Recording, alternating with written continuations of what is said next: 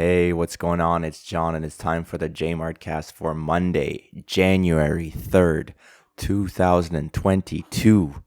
It's the new year, everybody. What's going on? How are ya? Hope you had a good New Year's Eve party. Hope you were around family and friends and just had a good time ringing in the new year, 2022. What kind of adventures and possibilities lie ahead of us in this new year? Lots of good things, I hope. Anyways, before I get too deep into the podcast for today, I have to start off with an apology. I have to run something back. Last week I was complaining about Trudeau, about some clip that I played where he was basically saying how he's going to abuse a loophole in the Charter of Rights to force on a minority what the majority wants. Turns out I got duped. And the clip, I did say in the clip that the clip was taken out of context and there could be something else that he's saying that absolves him. But I said I couldn't think of what it was. But turns out there was something. Essentially, he was saying that he does not agree with the clause, specifically with regards to this case. And a friend of mine just told me about this. I talked about the clip, and there's some news articles about it, and he sent me the news articles, and then I found the full video afterwards. But basically, there's like some school teachers in Quebec who are, I think, getting fired because they want to wear a hijab and they're not supposed to. And Quebec, they basically used this loophole to force them to have to not wear it, I guess, and so otherwise they get fired. And so he was particularly saying that he disagrees with the clause because of like outcomes like this. So I mean, I basically see. First of all, I'd like to point out that I am wrong many times. First of all, I make many mistakes. I am human, just like everyone else, and I do like to learn from my mistakes. And so I guess like if I see short clips like this again in the future, I will be not so quick to jump on them without reviewing the full thing. But I'm also like to point out that I am admitting that I was wrong. I said one thing of what my interpretation of what he was saying is, and it turns out it was the opposite. So there you go. I was wrong. He was not saying what I thought he was saying. He was saying the exact opposite. But at the end of the day, actions speak louder than words, right? So he's saying one thing. Oh, he's upset about how some, school teachers are getting fired for wearing a hijab, but his actions are actually quite different when it comes to a different situation, right? The current scenario that we're in right now. He's using the same kind of loophole to force vaccine mandate on everyone, even though there are people who are vaccine hesitant who don't want to take the vaccine. They have to, otherwise they will be not allowed to go to public spaces, not allowed to go to work, all these things that people don't deserve just for the opinion that they have for like having medical autonomy over their body. So again, I was wrong in my interpretation of what he was saying, but I'm still quite right in my interpretation of his actions, which are quite egregious. Speaking of which, actually, I shared this on my social media, but I'll talk about it here as well. There was an infographic that I saw that was quite alarming. And it's basically like this bar graph with, on the y-axis, it's just total money, right? And on the x-axis, there's just two bars, basically. There's one bar with just like the total names of all of the prime ministers that Canada has ever had, except for Trudeau. So starting from Stephen Harper, the one right before Trudeau, all the way down to Sir John A. Macdonald. That's the left bar, includes all the prime ministers on that side. And the right bar is just simply Trudeau. And so this is supposed to be how much total federal debt all of the prime ministers accrued during their terms. So on the left side, you have all the prime ministers combined into one. And on the right side, you just have Trudeau. And so all the prime ministers prior to Trudeau, the nominal amount of money that they accrued for federal debt came out to $634.4 billion.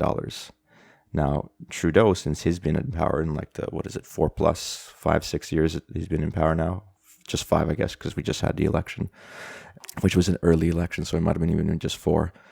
But his total debt that he's accrued in that short amount of time is $659.1 billion. So it's actually greater than the nominal amount from the previous prime ministers. It's kind of wild to see.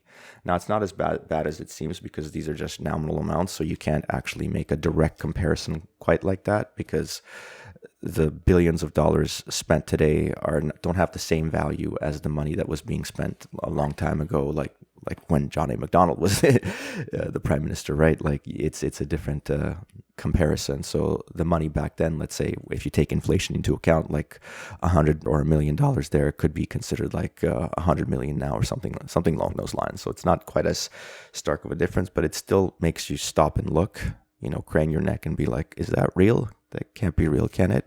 One prime minister who's been in power for like less than 2 terms can accrue as much federal debt as all the other prime ministers combined. Like, there's some trickery with the numbers there, but it's still quite alarming to see. All right, and I had to take basically almost a full day break there between what you just heard and now.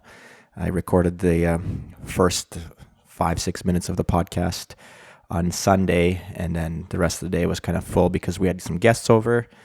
We had some friends over, and so I didn't get to have a chance to record the rest of the podcast. So I'm doing it a little bit late on Monday. It's afternoon now. Couldn't even do it in the morning. I had the client who had to train in the morning. And then of course breakfast afterwards. So now it's Monday afternoon. Sorry, peeps. It's supposed to be a Monday morning podcast, but sometimes Sundays are busy. You see friends and such. So no time to record. I was too tired to record at the end of the day. I just kind of passed out. So we're getting it now. Better late than never. Yeah, so we had some friends over yesterday with their kids. They're like a mirror image of our family. They have an older boy and a younger daughter, just like we do. And so then they're about approximately the same ages. Their boy is 6 weeks younger than our boy, and their daughter's 2 or 3 months older than ours. So it's a perfect match. We love these guys, love spending time with them, love getting the kids to play together. And it was just great to have them over and spend some time together. Hope you all are getting to do the same. Hope you're not living in fear and isolating. This is your weekly reminder that you will die eventually. So take the opportunity today to seize the day and go see your family and friends and have fun together and live your life to the fullest, because you don't know. Tomorrow might not ever come. Whether it be due to Corona, whether it be due to a bus hitting you, or whatever. Or maybe someone you love passes away and you never get to see them. Anything can happen. So let's not live in fear. Let's live being surrounded by family and friends. And even the news with the pandemic seems to be getting better. The messaging around this Omicron variant seems to be that while it's an immune escape variant, people are not getting severely ill. No one seems to be dying. People who were pretty afraid previously seem okay and are just ready to get infected and get this over with now. Had one of my neighbors who came by to drop off like a nice little, it was like a cookie, I think, for my son. And they were kind of stayed and talked for a little bit, and it seems like even though they were pretty strict last year, this year they're like, I'm ready to give up. And hopefully that's the case for everybody. Everybody's ready to give up with the strict restrictions that are being placed and ready to move on. If you do want to take some steps to protect yourself, one thing I would recommend is making sure you take enough vitamin D. And you can even learn more about vitamin D by listening to my latest podcast, State of Health with J-Mart, your host J-Mart. Check it out. My latest episode was out last week. I forgot to promote it on the JMART CAST, but it was out last Monday. It's been out for over a week now, and it's all about vitamin D. It's all about what it does. Here, maybe I'll just read out some of the basics from the podcast so that you get a good summary of everything in case you don't have time to check it out. But please do check it out. Go on there and, give me some views, give me some likes, give me some shares, give me that social media love. Come on, people. I ain't going to get to 100,000 followers without your help. But yeah, please check it out. Here's the summary. Main question is, of course, what is vitamin D? And I've defined vitamin D as both a nutrient and a steroid hormone. And then if you watch the whole video, I defined that further down in case you don't know what a hormone is or a nutrient is. Then what does vitamin D do? The main thing we know is it's important for bone health, right? Bone mineralization, that's very important. But vitamin D is much more important than that. It is involved in the expression of over 1,000 genes throughout the body in different organs. So its importance cannot be understated. It's way more important than just bone health. Then where do we get it from? We get two sources. We got sunlight and diet. Sunlight, we got UVB radiation, hits the skin, converts this thing called 7-dihydrocholesterol, blah, blah, blah. It doesn't matter what it converts. It just, something in your skin already gets turned into vitamin D3. All right, that's the main way of getting it, or you can also eat it in your diet. And I go over some of the foods that are rich in vitamin D, such as liver, egg yolks, fatty fish, fermented cheese. Of course, there's the supplements you can take also. So I cover all that. What else? Then one of the more important questions is, what's the optimal level of vitamin D3 in the blood? Then for that, there's this calcitriol test you can order, and you're looking for a score of between 30 and 80 nanograms per milliliter. If you do this test, if you're way below that, if you're 20 or less, you're considered deficient, and you don't want to be deficient. In the podcast, I go over all the things that people might face if they are deficient, all the diseases. So it's not something you want to even risk. So I highly recommend supplementing. Well, first of all, get outside and see the sun. But of course, in the wintertime, it's not going to help much. So you got to supplement in the wintertime. And I actually recommend supplementing all year long and just supplementing more in the wintertime. But that basically covers most of the things I talked about. Not quite. Actually, I had a top 7 list of factors which affect vitamin D production and use in the body as well. So definitely important to know what those are. For example, use of sunscreen can diminish how much vitamin D is produced, of course. If you're someone with melanin in your skin, right, darker skin, then that is also there to diminish vitamin D production from too much sun. So if you're got melanin in your skin, but you're also living in the northern climate, then that's a bit of a mismatch with what your body's evolved to versus the environment you're in. So supplementation there is very important as well. Age, if you age, you lose basically 50% of your production of vitamin D. So again, supplement. Then there's like levels of other vitamins that are important to help promote vitamin D production and use. For example, magnesium, boron, and vitamin K. Those 3 are the most important in terms of like their synergistic effect with vitamin D. And then lastly, most importantly, body fat content. People with higher body fat they're basically sequestered, because vitamin D is a fat soluble vitamin. If you have higher body fat, that pool of fat sequesters the vitamin D and basically renders it no longer bioavailable, because it's stuck in the fat. It's not being able to be released and go into the different parts of the body to do the things that it's supposed to do. So if you have a high body fat content, then you're most likely deficient in vitamin D, and you need to supplement, and you need to supplement more, right? More than what is recommended. So I don't want to repeat my vitamin D podcast too much, but those are the highlights there, the main points from there. Please go check it out. It's available on YouTube. It's available wherever you get your podcasts. Speaking of podcasts, I think I've mentioned this before, but Spotify now allows you to rate podcasts. So if you're listening to this, stop right now and give me a rating, please. Why, if you haven't done so already, then I don't know why you haven't, but please stop, give me a 5-star rating, and then you can restart and listen to the rest. But I would really appreciate it. It would mean a lot to me. It just takes, a few seconds, almost zero effort on your part. So please help a brother out. All right, let's see some awesome things this week that happened related to my kids. First of all, my older son seems like he's figured out the potty for number 2, which is amazing. Like, you have no idea how happy I am that he's finally figured out the potty. It was quite a sore spot for a while there as we're trying to teach him, and he would fail, and he'd cry about it, and he would know that he'd made a mistake, but it's just like something needs to click, right, for it to happen. And he would be upset and embarrassed and say, I'm sorry and things like that. But now he's finally figured out how to correct the mistake. And he's using the potty like a champ. Before bed, I'm just like, hey, Betty, time to use the potty. And I never say it's for number 2. I'm like, let's go for a pee-pee.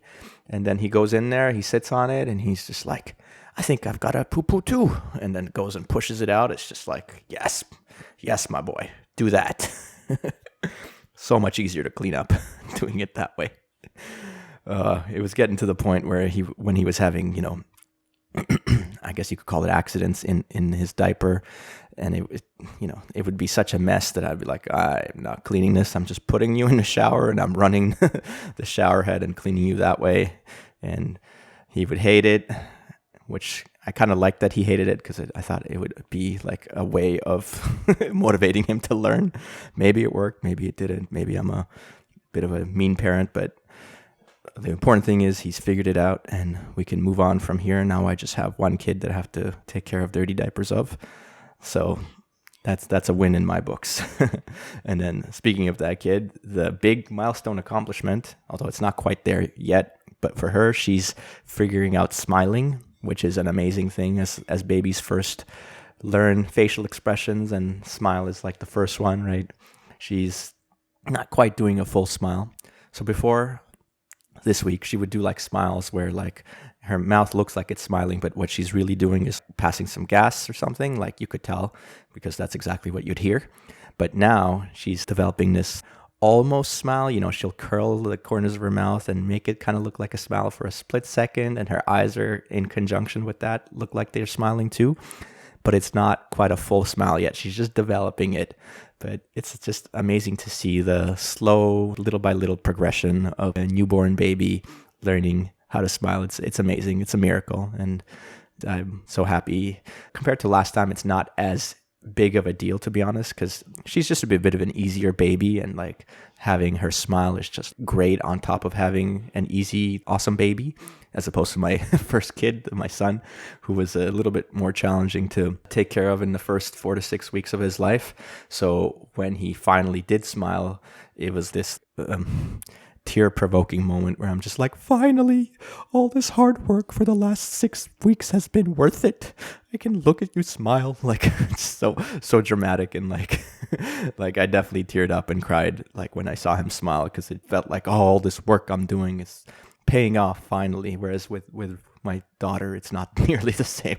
It doesn't feel nearly as hard taking care of her, and having her smile doesn't have this like, oh, finally the reward for having worked so hard. Now it's just like, yes, this is great. I know this is what's supposed to happen, and it's awesome that it's happening, and I'm going to enjoy it, but it just doesn't have the same oomph behind it. By the way, back to vitamin D, one thing I forgot to mention is just after I published and released my vitamin D episode, there was another podcast that I really love, and I follow and listen to many of the episodes, that released a vitamin D episode related to COVID. So I'd like to share that one as well as my podcast. That one goes into a lot more depth, into a lot more research. So I would highly recommend looking into that one. It's a vitamin D podcast on the Dark Horse podcast. So search Dark Horse podcast. The host is Brett Weinstein. And I think if you just search Vitamin D Dark Horse podcast, it should come up. It's a great one. It's nice and long, over 2 hours. So if you don't have the time, definitely watch it on a fast playback speed and watch it in chunks. But I highly recommend it. It goes into detail the relationship of vitamin D with COVID specifically. I only touch on that very briefly at the end of my podcast, because who knows if that might get censored, right? I'm a dangerous podcast. I don't know if you heard, I have some censored podcast episodes. So I didn't want that to happen again. So I kind of only touched on it briefly, but this podcast goes into way greater detail. And, essentially you should be supplementing with vitamin D, and public health should be recommending vitamin D supplementation, daily vitamin D supplementation to everybody. And the fact that they're not doing that is quite alarming. And I'll leave it at that. let's see what else. Earlier this week, my wife finished a 1,000-piece puzzle. That's her family's traditional thing to do during the Christmas holidays, is usually like either on Christmas Eve or Christmas Day, they'll start like a 1,000-piece puzzle and they'll finish it, before New Year's or something. So on New Year's Eve, when my parents, not New Year's Eve, sorry, on Christmas Eve, when my parents and my family was over, we started the 1,000-piece puzzle. Of course, my family sucks at doing puzzles because we've never done it. And whereas Carly, it's a family tradition, so she's amazing at it. So my dad takes one look at this 1,000-piece puzzle. He's like, this is going to take forever. It'll take 3 months. And whenever he says stuff like that, it kind of annoys my wife because she's like, no, it's not going to take 3 months. Like, I'm going to do this pretty quick. Like, I know how to do puzzles. So she took it upon herself to finish it. She ended up doing it in 6 days. So I think we started on December 24th and she finished it on December 30th. 6 days. And I took a picture of the finished puzzle and sent it to my dad. I'm like, what do you think? Did that, 3 months, eh? How about that? And he's like pretending to be like, oh, he was just saying that to like make us do it as fast as possible. Like, taking it back and all. I'm just like, yeah, okay, buddy, I'm not falling for that. You actually thought the puzzle would take months and months to finish. Meanwhile, Carly did it in under a week. It's funny. Oh, and the other thing we did this week was we took out the kids to the Hyde Park Zoo.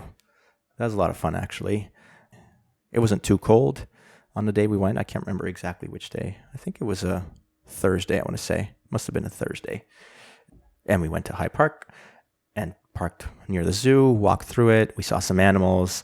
My older son's way more into the animals this time around than the last time we went, so it was actually really fun to have him go and see the animals. And it was we had one funny moment that was actually kind of gross. We saw these, I think they looked like Highland cattle. They weren't really well labeled as to which animals they were, but pretty sure they looked like Highland cattle. And so it was a mama and a baby, and then we saw the baby peeing, and then all of a sudden mama stuck her face right into the pee and drank some of it. And I was like, oh God, that's gross. And then she kept doing it. She kept going back for more. Even when the pee stopped, she just kept sticking her face in there, asking for more. Please, sir, can I have some more, sir? It's kind of gross. All right. Before I get on to the Bitcoin update, maybe I'll do a couple of Netflix recommendations. Been watching a lot of Netflix this last week. You know how it goes. First one, I watched Death to 2021, or is it Kill 2021? I can't remember. Whichever one it is, it's not worth watching. All it is just all the crappy things that happened last year, kind of trying to make fun of them. But really, when I watched it, all it did is remind me all the, non-fun things that happened in 2021. And the jokes kind of didn't really make up for the fact that those things happened. Everything from, all the virus stuff, masks, all the climate change, crap with Afghanistan, Kyle Rittenhouse, all this stuff. Just watching it back, it was not fun to watch back. So I didn't even finish watching it. I was like, forget it. This is not for me. Then I did watch that new movie with Leo DiCaprio, Don't Look Up. Again, didn't really finish watching it because it's just so close to home that how this movie makes fun of society, right?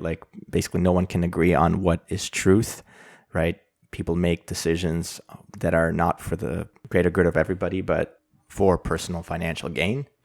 And, it was still good. I kind of laughed at various points, but again, not for me. Couldn't really enjoy it. What I did enjoy was there's a new Standups special. It's basically a bunch of half-hour stand-up comedy specials from a bunch of, I think it was 6 comedians. One of them is Mark Normand, who is absolutely freaking hilarious. He wasn't the first one on the list of comedians, but I skipped to his right away because I've heard of him. I've seen he's got a free hour-long special on YouTube that is absolutely hilarious. I would recommend checking out. And now he's got this short half-hour special on Netflix, which was also absolutely bonkers. I won't even try to do any of his jokes because they're so good with his delivery that it would be a shame how badly I destroyed if I try to make his jokes. But there are a couple of other comedians that I watched that were also funny, whose jokes that I liked, who I will see if I can recreate here on my podcast. There was one black comedian, I think his name's Brian Simpson, and he was pretty hilarious. He had a joke about the R word, and he was saying, actually, he used the R word in a joke. I just won't say it because whatever, it's stupid. He used the R word, and then, it was a good joke. The crowd laughed. I laughed. And then afterwards, he addressed using the R word. He's like, I just want to address the fact that I used the R word. I know most people don't use it these days anymore, but I'm a professional. I'm a comedian. I use it deliberately. And then he goes like, I'm still using the R word because I always let them use the N word. His delivery was way better, but when he said that, I died. I laughed so hard. I was like rolling on the floor laughing. It was good. And then he had another finisher joke that was all about how like Google saved his life, right? So he's like trying to make Google seem good. It's like, oh, like people usually think Google's an evil company, whatever, evil corporation. So I can't believe they saved your life. So he's like, yeah, I Googled how to kill myself, and Google wouldn't tell me how to do it, right? They just give you like a hotline to call. To feel better, right? And so he's like, I didn't do that, but I did end up searching Reddit for how to kill myself. And it turns out it's pretty easy. All you got to do is put a hose between the tailpipe of an old car and the window inside the car, and then you start her up and you're good to go. He's like, so then I went to my Gmail to cancel my therapist appointment. And you know how there's like always an ad at the top line in your Gmail? Like you see ads there. He's like, as I was there, I saw an ad for an old used car. And it's like, these bastard Google people, they won't tell me how to kill myself, but they'll make money on the back end selling me an old car. So it's like, I didn't kill myself out of spite for Google. As long as Google's around, this guy's going to be around. So I thought that was hilarious. I probably didn't make it sound as funny as it actually was, so highly recommend you go check that out. There was another one I watched where this lady was talking about how she used this phrase that I thought was hilarious. She's like, I'm vaxxed and relaxed. Vaxxed and relaxed. She was talking about how she's super relaxed now that she's got her vax, and she had this joke about how like she wanted to get the vax right away, and she's like, going online checking like, is it my turn? And then she came across a news article. So she's from LA, and she came across a news article that in the San Diego Zoo, the orangutans already got the vaccine. And she's like, what? She had this whole joke about being super angry that the fact that orangutans at the zoo got, is it orangutan or orangutan? There's no G at the end, I believe. Orangutans. The orangutans she was pissed off that the orangutans got the vax before she did. I thought it was a pretty funny joke. Like, the joke was funny. I definitely don't relate to the sentiment, but whatever. The joke is funny. She wants to get vaxxed and feel relaxed. That's everyone else's prerogative. Don't care. Do what you want to do. All right, let's do a Bitcoin update, people. We're on block height 717 and 48. Bitcoin price is trading at $46,485. We're back down, whatever, I think it was a 12% pump last week. We've lost all that. We're back down to the mid 40s. So whatever, that means more time for accumulations, which is good. And like I always say, the price of Bitcoin does not matter. All that matters is what makes it special, right? What makes it special, one of the things is it's perfectly divisible. One Bitcoin can be divided into 100 million pieces. Those 100 million pieces individually are called Satoshis, or sats for short. And you currently, with $1, you can buy 2,151 sats. So start stacking your sats ASAP and get off zero. Hashtag get off zero. No more zero Bitcoin. You can just buy a few Satoshis here and there, and then you're at least covered a little bit. By the way, if you're in Canada and you want to stack sats, I highly recommend Shakepay. Shakepay is a dope exchange, Canadian exchange, and I have a referral link to them in all of my podcast episodes, so check it out in the description for the referral link. But they're awesome because their fees are low, and also they have this I guess maybe you could call it a rewards program. Basically, the app, if you open the app on your phone, if you've gotten if you've downloaded the app through a referral from somebody else, so if you take my referral, you download the app, then it has this feature where if you shake the phone, they'll give you a few Satoshis. I think they start off with 100 sats, and then each day you come back to give you a bit more. I'm on 400 Satoshis now. I'm on a few day streak. Let me see if I can pull it up on my phone to see how many days streak I've got. So I've already done it today. So when you do it 2 times, it gives you this thing that says too much shaking.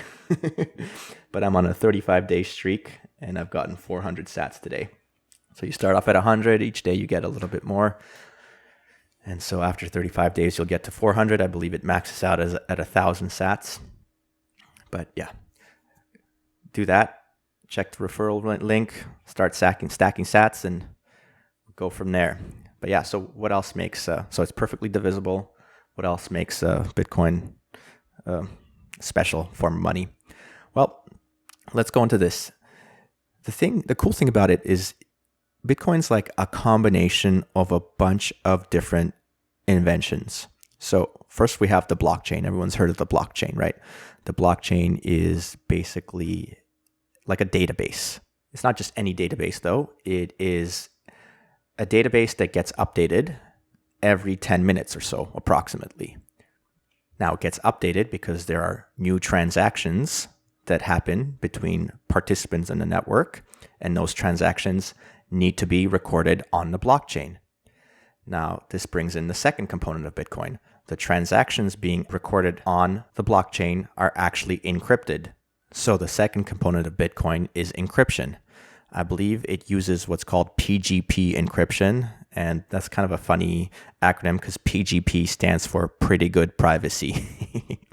So Pretty Good Privacy is an encryption program that provides cryptographic privacy and authentication for data communication. And so, of course, that's all it is. Bitcoin is just data. It's just data of who owns how much money or who owns how much Bitcoin and who is giving their Bitcoin to somebody else for services. So all this data can be encrypted, which is great. And then lastly, the final component of Bitcoin that comes into this is proof of work, which is basically how we determine how the transactions get added to the blockchain, right? So all these transactions happen, and then we need a coordinated way of putting the transactions onto the blockchain in a way that all of the participants on the Bitcoin network can agree on. And this is where proof of work comes in. So some of the nodes in the network, which are the miners, basically they perform these, to simplify it down, let's say mathematical calculations. And the first miner to get the right calculation, i.e. do this proof of work and get the right calculation, will get to be the one who decides which transactions go on the next block of the blockchain. And so the blockchain continuously grows every 10 minutes or so with a new block added with whatever transactions that might have happened in those 10 minutes. And each block is quote unquote mined through this proof of work system where the miners have to spend energy in order to mine a new block and get the reward. And for mining the new block and getting the reward, they get any new Bitcoin that gets minted up until we get to 21 million, plus all the transaction fees that people pay to get their transactions on the next block of the blockchain. Was that clear? Did you guys understand what I just said? If it wasn't, maybe you could send me an email, reach out to me through social media, and let me know what part of it do I need to describe a little bit better for it to start to make sense. Really appreciate that. You could reach out to me on Twitter or Instagram at jmartfit. I'm also on Telegram at jmartfit, on Facebook, jmartmoves. Email me through newsletter at jmartfit.com. And that's all I got for you this week, ladies and gents. Stay active, be grateful, peace. J-Mart out.